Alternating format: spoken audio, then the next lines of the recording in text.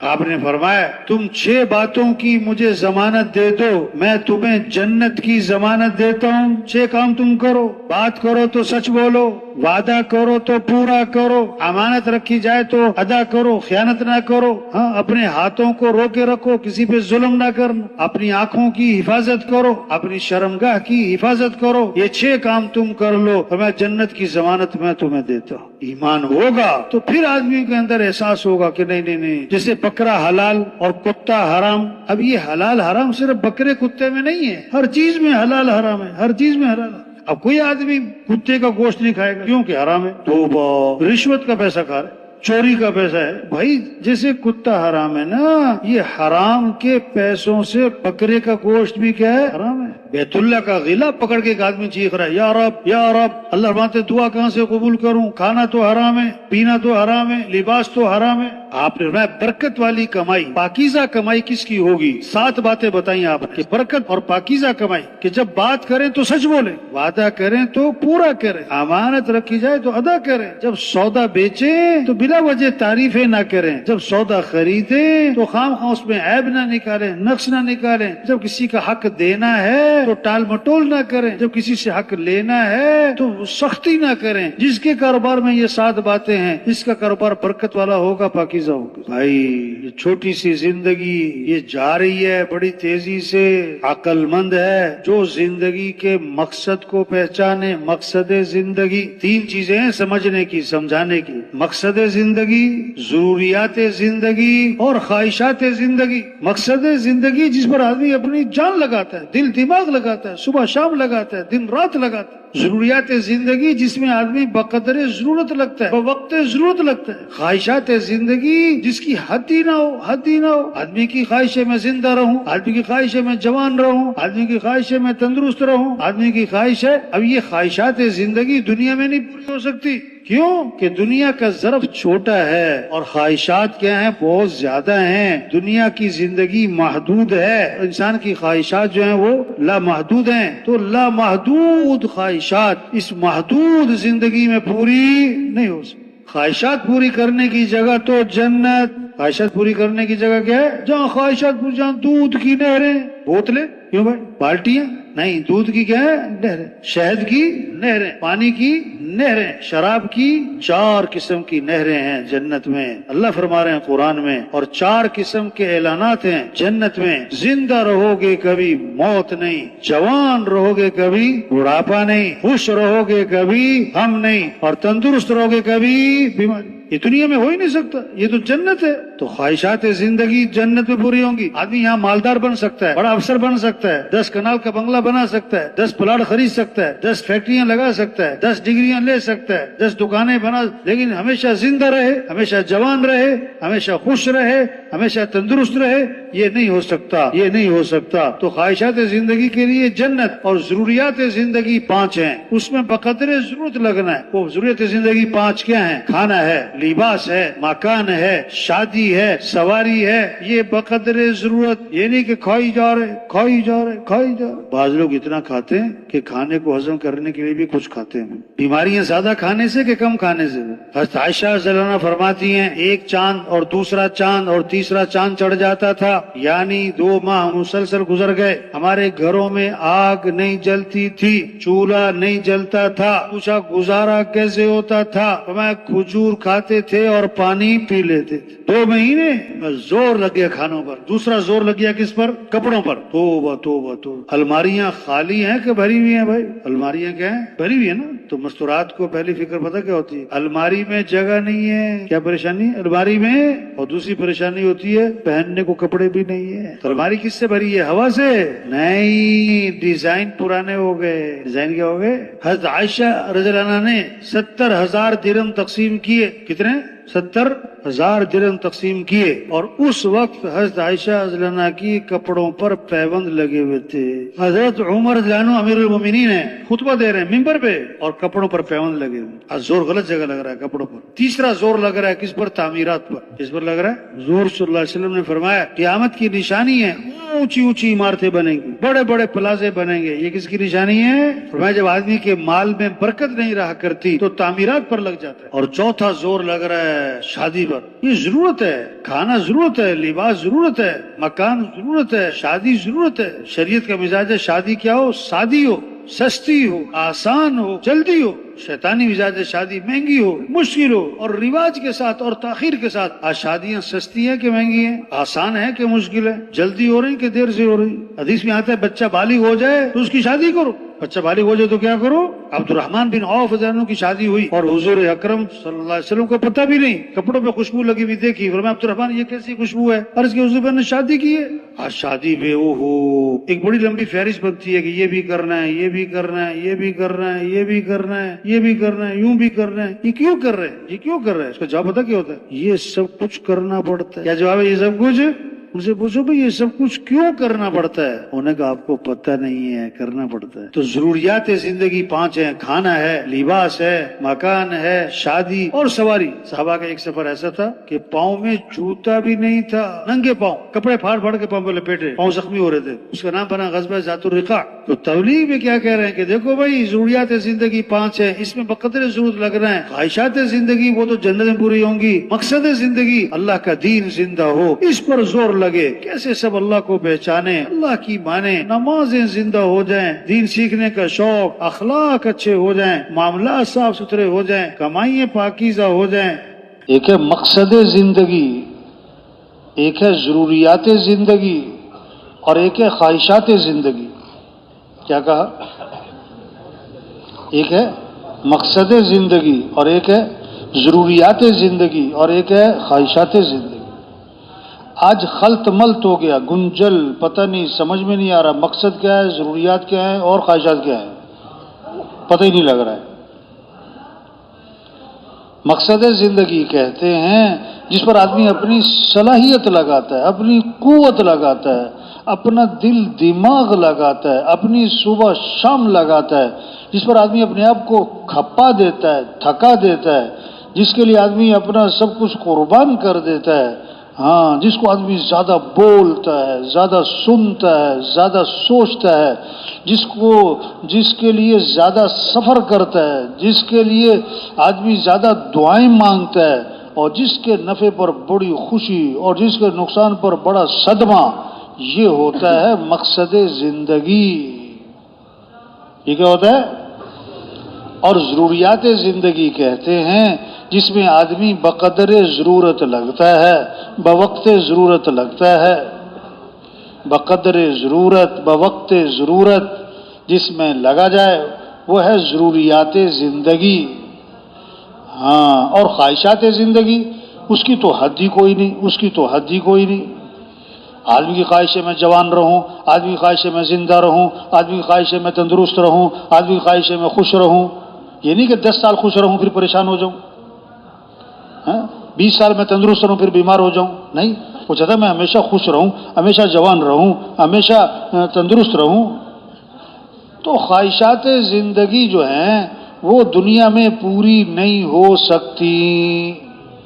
آدمی مالدار بن سکتا ہے، اس سے بڑا مالدار بن سکتا ہے، سب سے بڑا مالدار بن سکتا ہے، لیکن خواہشات پوری ہو جائیں، جوان رہے، زندہ رہے، تندرست رہے، یہ نہیں ہو سکتا، یہ نہیں ہو سکتا.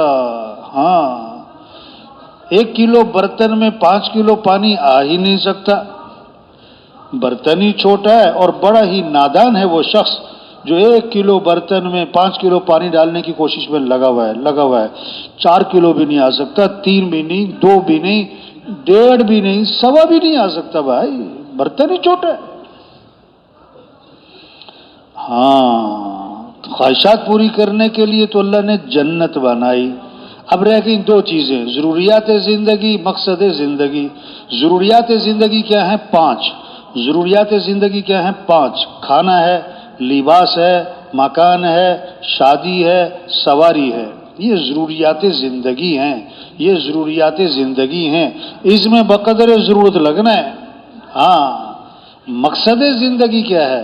اللہ کا دین زندہ ہو، واہ اللہ کا کلمہ بلند ہو، ہاں سارے انسانوں کو ہدایت مل جائے، سارے انسان جہنم سے بچ جائیں، سارے انسان جنت میں چلے جائیں، یدخلون فی دین اللہ افواجا، واہ واہ یہ منظر قائم ہو کہ قوموں کی قومیں اسلام میں آ جائیں، ملکوں کے ملک اسلام میں آ رہے ہیں، یہ خبریں آئیں، یہ خبریں آ رہی ہوں آج فلاں ملک اسلام میں داخل ہو رہا ہے، آج فلاں قوم اسلام میں داخل ہو رہی، آج فلاں قبیلہ اسلام میں داخل ہو رہا ہے، یہ ہے مقصد زندگی، یہ ہے مقصد زندگی۔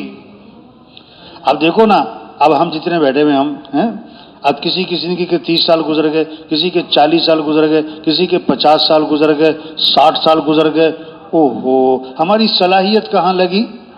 ہماری قوت کہاں خرچ ہوئی؟ ہمارا دل دماغ کہاں خرچ ہوا؟ ہماری صبح شام ہماری جان کس پر لگی؟ ضرورتوں کے پورا کرنے پر۔ توبہ، یہ ظلم ہوا، ظلم ہوا۔ ظلم کہتے ہیں وضع الشیء فی غیر محلی، کہ جو چیز جہاں کے لیے بنی وہاں نہ لگانا، غیر جگہ لگا دینا، یہ ظلم۔ صلاحیت تو تھی کہ اللہ کے دین کے پھیلانے پر لگاتے، قوت اللہ نے دی تھی اعلاء کلمت اللہ پہ لگاتے، دین کے احیاء پہ لگاتے، دین کی نشر و اشاعت پہ لگاتے، انسانیت کی ہدایت کی فکر کرتے۔ وہ کہاں لگ گئی صلاحیت؟ مال کمانے پر، ضرورتوں کے پورا کرنے پر۔ توبہ توبہ، ہاں یہ ہم سے ظلم ہوا۔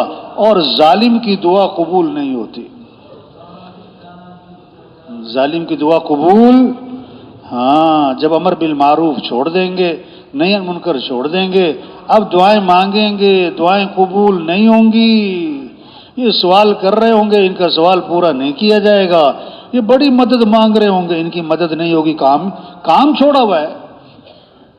ہاں تو اس لیے بھائی ہم جتنے بھی ہیں، ہم پہلی بات ہم اللہ سے معافی مانگیں، کس بات پر؟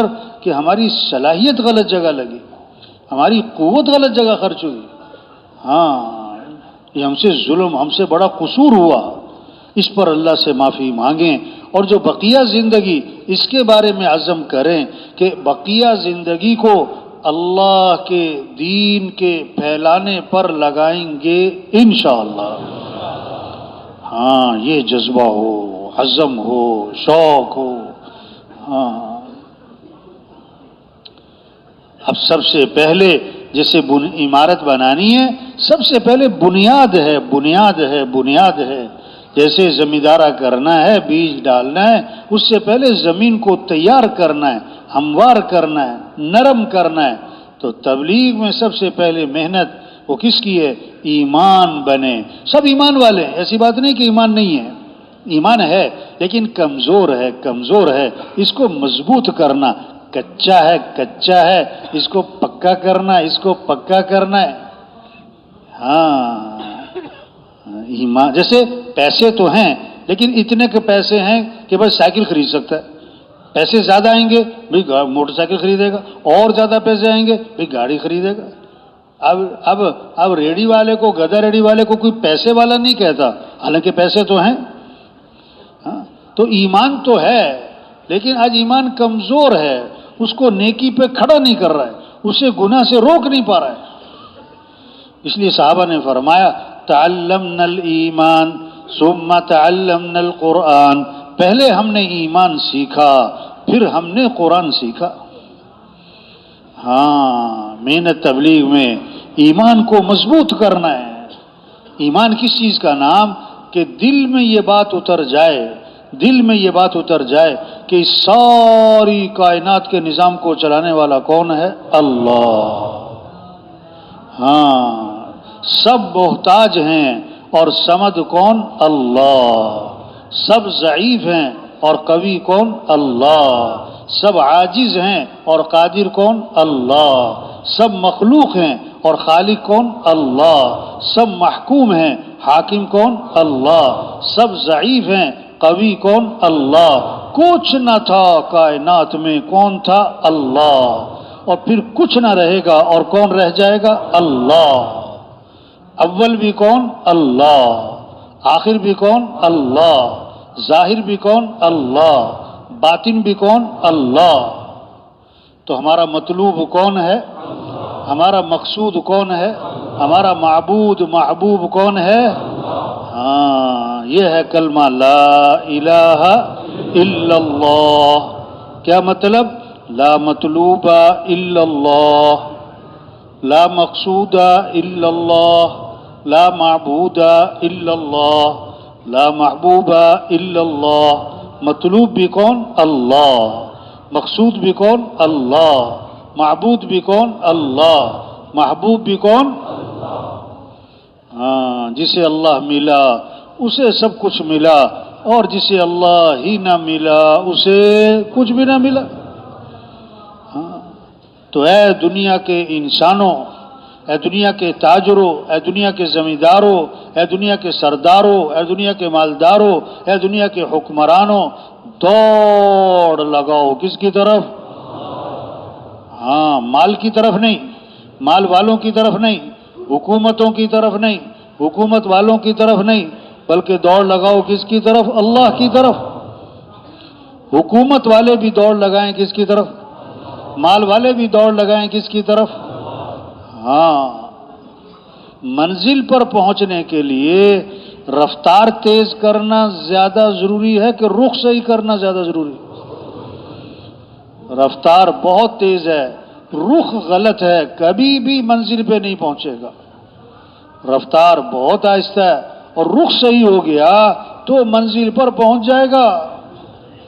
آج رفتار بہت تیز ہے لوگوں کی، ہو ہر آدمی یہ کہتا ہے میرے پاس ٹائم نہیں، میرے پاس ٹائم نہیں، میں بڑا مصروف آدمی ہوں، مجھے فلاں جگہ پہنچنا ہے، میں نے فلاں جگہ وقت دیا ہوا ہے، اتنے بجے مجھے ہو ٹائم نہیں ہے۔ ہاں، رفتار بہت تیز ہے لیکن رخ غلط ہے۔ کیا غلط ہے؟ اس کا مقصود کیا ہے؟ مال مل جائے۔ اس کا مقصود کیا ہے؟ حکومت مل جائے۔ اس کا مقصود کیا ہے؟ وزارت مل جائے۔ اس کا مقصود کیا ہے؟ زمینیں مل جائیں۔ اس کا مقصود کیا ہے؟ جائیداد مل جائے۔ اس کا مقصود کیا ہے؟ ڈگری مل جائے۔ ہاں، اللہ ملے نہ ملے ڈگری ملے، ہاں، پیسہ ملے، اللہ ملے نہ ملے پیسہ ملے، اللہ ملے نہ ملے وزارت ملے۔ تجھے ایک وزارت نہیں 10 وزارتیں مل جائیں، ہاں، ایک ڈگری نہیں 10 ڈگریاں مل جائیں، اگر اللہ نہ ملا تو کچھ بھی نہ ملا۔ یہ سمجھنا، یہ سمجھانا، اس کو بولنا ہے، اس کو سننا ہے، اس بات کو لے کے پھرنا ہے، گھر گھر جانا ہے، گلی گلی، گاؤں گاؤں، بستی بستی، ہر غریب امیر کے پاس بہت پیار محبت نرمی سے یہ بات سمجھانا ہے کہ میرے بھائی کس کو راضی کر لو، ہم کس کے محتاج ہیں، ہمیں پیدا کس نے کیا ہے، ہمیں جانا کس کے پاس ہے، ہمارے مسائل کو حل کرنے والا کون ہے؟ جو اللہ چاہیں گے وہ ہوگا، جو لوگ چاہیں گے وہ۔ وَمَا تَشَاءُونَ إِلَّا أَن يَشَاءَ اللَّهُ، جو تم چاہو گے وہ نہیں ہوگا، جو اللہ چاہیں گے وہ ہوگا۔ إِذَا أَرَادَ شَيْئًا أَن يَقُولَ لَهُ كُن فَيَكُونُ۔ اللہ کون ہے؟ جب اللہ ارادہ فرماتے ہو جا تو ہو جاتا ہے۔ اللہ کے لیے آسان بھی آسان ہے اور اللہ کے لیے مشکل بھی، ناممکن بھی۔ ہاں، زکریا علیہ السلام کو خوشخبری دی کہ بیٹا ہوگا، وہ حیران کہ میں بوڑھا ہوں، بیوی میری بانجھ ہے، بیٹا کیسے ہوگا؟ تو کیا جواب دیا؟ قال كذلك قال ربك هو علي هين وقد خلقتك من قبل ولم تك شيئا، کہ تیرا رب یہ کہتا ہے جیسے جوانی میں اولاد دینا، تندرست عورت کی اولاد پیدا کرنا میرے لیے آسان ہے، اسی طرح بڑھاپے میں اولاد دینا، بانجھ عورت کے اولاد پیدا کر دینا میرے لیے کیا ہے؟ آسان ہے۔ ہم نے تمہیں پیدا کیا، تم کچھ نہ تھے۔ مریم علیہ السلام، ہاں، اس کو فرشتے نے خوشخبری دی کہ آپ کے بیٹا ہوگا، وہ حیران پریشان کیسے ہوگا؟ وَلَمْ يَمْسَسْنِي بَشَرٌ، مجھے تو کسی مرد نے چھوا تک نہیں ہے، تو کیسے بیٹا ہوگا؟ تو کیا جواب دیا؟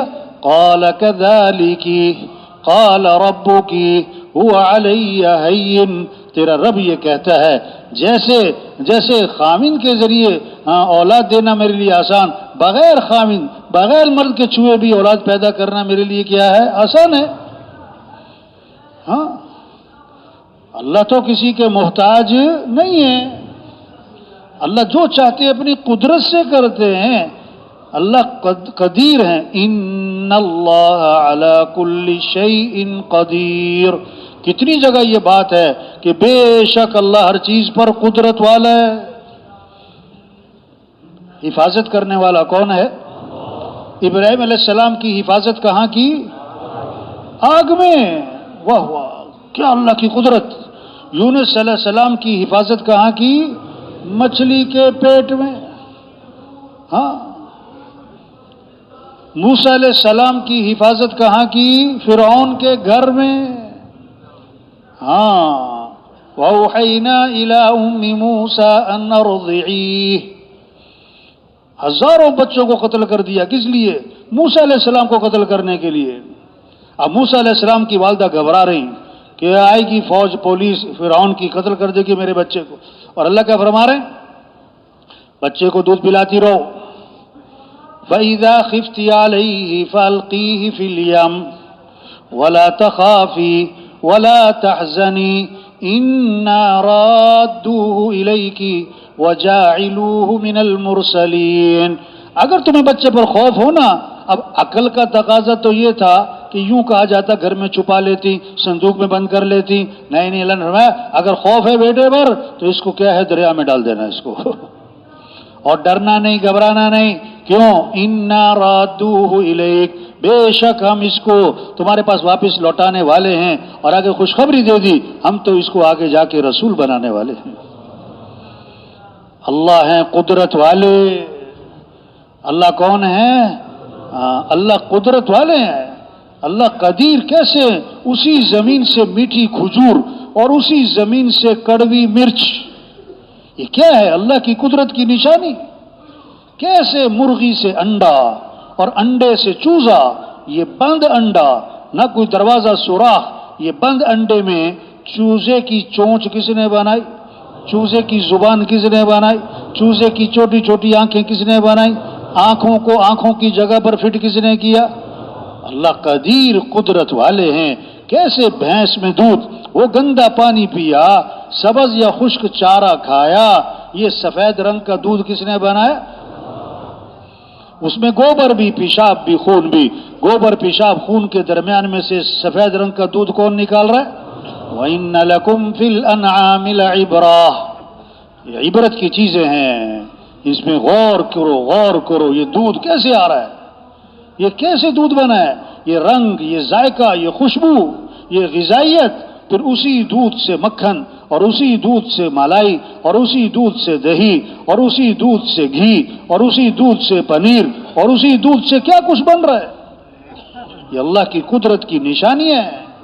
ہاں اللہ فرماتے دیکھو دیکھو افلا ينظرون الى الابل كيف خلقت والى السماء كيف رفعت والى الجبال كيف نصبت والى الارض كيف سطحت. عربوں کے سامنے اونٹ زیادہ تھا اس لیے اونٹ کا تذکرہ, ورنہ کسی بھی جانور کو لے لو ہر جانور اللہ کی قدرت کی نشانی. آسمان کو دیکھو فرجع البصر پھر دیکھو ثم ارجع البصر پھر دیکھو. اس میں کوئی کجی نظر آتی, کوئی نقص نظر آتا ہے؟ ہاں بغیر ستونوں کے کیسے کھڑا کیا. زمین کو دیکھو کیسے پھیلا دیا, وہ ہزاروں میل ہو کیسے زمینوں کو. یہ پہاڑوں کو دیکھو کیسے زمین میں گاڑ دیا. کہیں سر سبز پہاڑ, کہیں خشک پہاڑ, کہیں مٹی کے پہاڑ, کہیں پتھر کے پہاڑ, پھر کہیں سرخ رنگ کا پتھر, کہیں سبز رنگ کا, کہیں کالے رنگ کا پتھر, کہیں سفید رنگ کا پتھر. پھر پتھروں میں کیسے ڈیزائن بنائے, واہ واہ. پھر انہی پتھروں پہاڑوں میں سے کہیں گرم چشمہ, کہیں ٹھنڈا, کہیں گرم پانی. اور اس میں پیچھے کوئی پائپ بچھے ہوئے, کوئی موٹر لگی ہوئی ہے. یہ سال ہا سال سے پہاڑوں میں سے چشموں میں سے پانی کون نکال رہا ہے؟ اللہ. اللہ ہے. اللہ قدرت والے ہیں. یہ آسمان زمین, یہ چاند سورج, یہ درخت, یہ پھل, یہ پھول, یہ غلے, یہ میوے, یہ جانور, ہاں یہ پرندے, یہ درندے, یہ حیوانات, ہر چیز کس کی پہچان کروا رہی؟ اللہ کی. ہاں پھر اپنے اندر دیکھو، یہ آنکھیں، یہ زبان، یہ کان، یہ بولنا، یہ دیکھنا، یہ سننا، یہ عقل، یہ دل، یہ دماغ، یہ رگیں، یہ ہڈیاں، یہ جوڑ، یہ پٹھے، یہ پتا، یہ پھیپھڑا، یہ نیند کا آنا، بیدار ہونا، یہ کھانا، ہضم ہونا، پیشاب پاخانہ، او ہو وما بکم من نعمت فمن اللہ، جو بھی تم پر نعمت ہے کس کی طرف سے؟ اللہ کی طرف سے۔ وَإِن تَعُدُّوا نِعْمَةَ اللَّهِ لَا تُحْصُوهَا، اگر تم اللہ کی نعمتوں کو صرف شمار کرنے بیٹھ جاؤ، یہ اللہ کی نعمت، یہ اللہ کی نعمت، یہ اللہ کی نعمت، شمار کرتے رہو، تم اللہ کی نعمتوں کو شمار بھی نہیں کر سکتے۔ حدیث میں آتا ہے ہر چیز کی ایک زینت ہوتی ہے، اور قرآن پاک کی زینت سورہ رحمان ہے۔ قرآن پاک کی زینت اور سورہ رحمان میں 31 مرتبہ آتا ہے فَبِأَيِّ آلَاءِ رَبِّكُمَا تُكَذِّبَانِ، فَبِأَيِّ آلَاءِ رَبِّكُمَا تُكَذِّبَانِ، اللہ کی کون کون سی نعمت کو جھٹلاؤ گے؟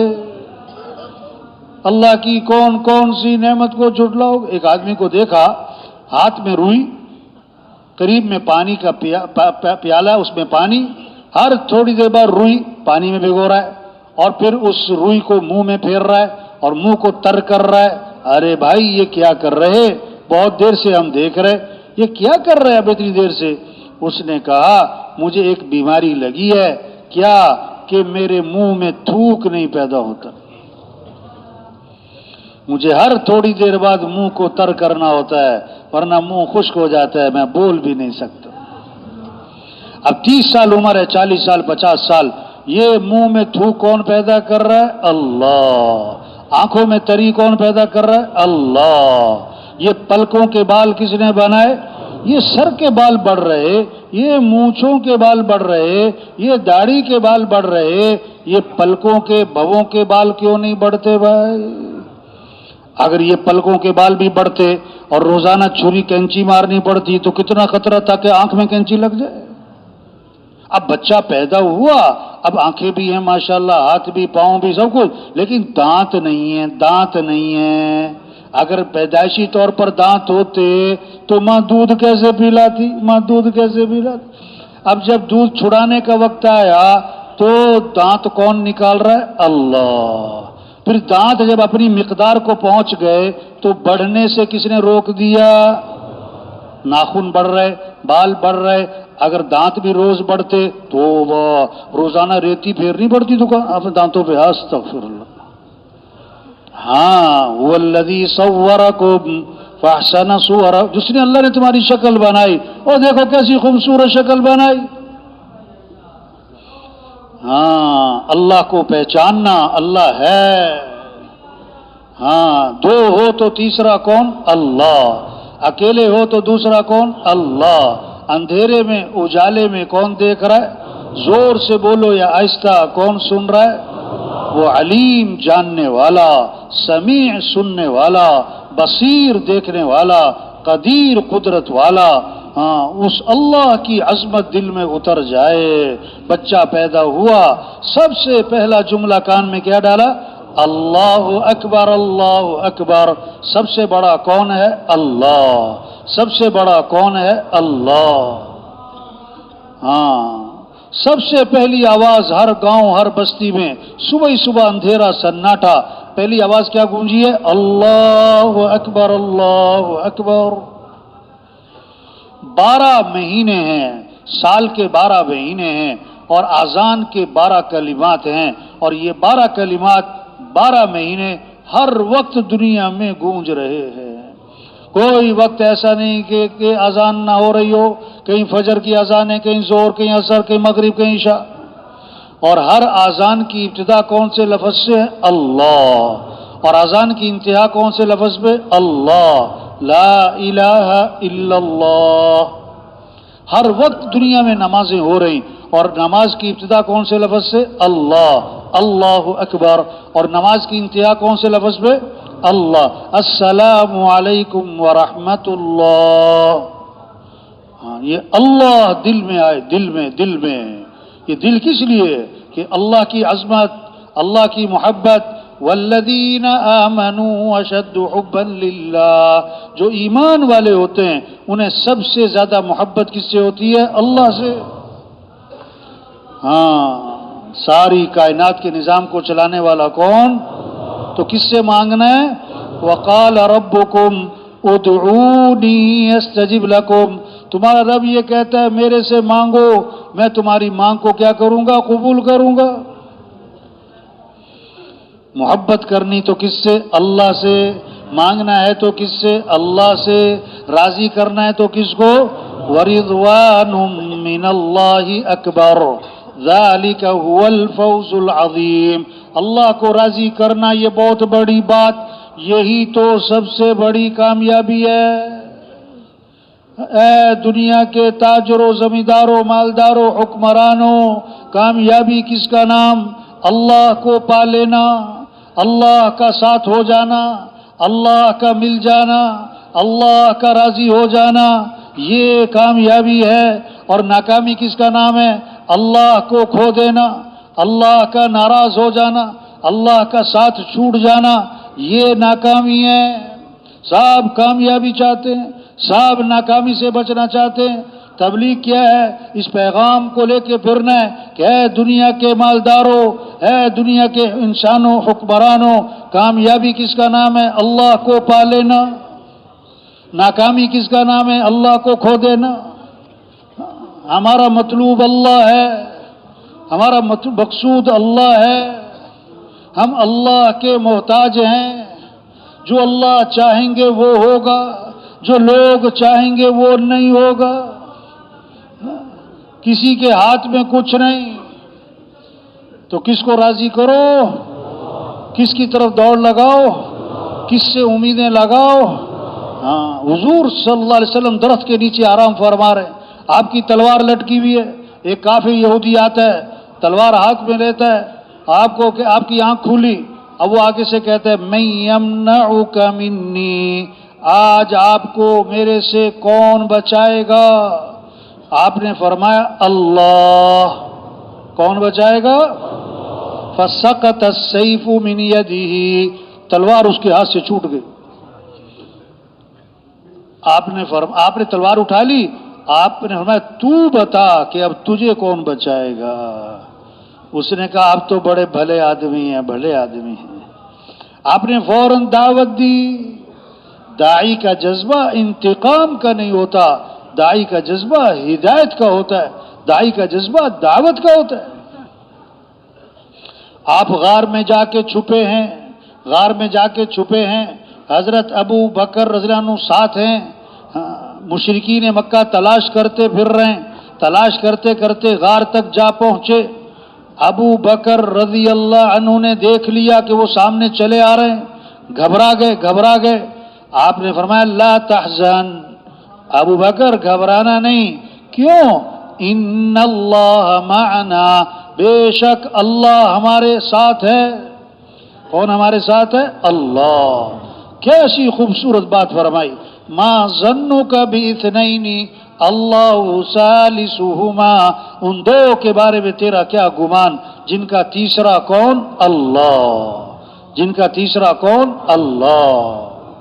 موسیٰ علیہ السلام اپنی قوم کو لے کر نکلے، آگے آ گیا دریا پانی، پیچھے آ گیا فرعون کا لشکر۔ قوم نے کہا انا لمدرکون، بے شک ہم تو مارے گئے، پکڑے گئے، آگے جائیں تو پانی میں ڈوبیں، پیچھے جائیں تو لشکر مارے گئے ہم تو۔ موسیٰ علیہ السلام نے فرمایا کلا، ہرگز نہیں۔ کیوں؟ ان معی ربی سیہدین، بے شک میرے ساتھ میرا رب ہے۔ میرے ساتھ کون ہے؟ موسیٰ علیہ السلام کو اللہ نے بھیجا فرعون کی طرف۔ موسیٰ علیہ السلام، ہارون علیہ السلام، جا کے اس کو دعوت دو، اس کو سمجھاؤ۔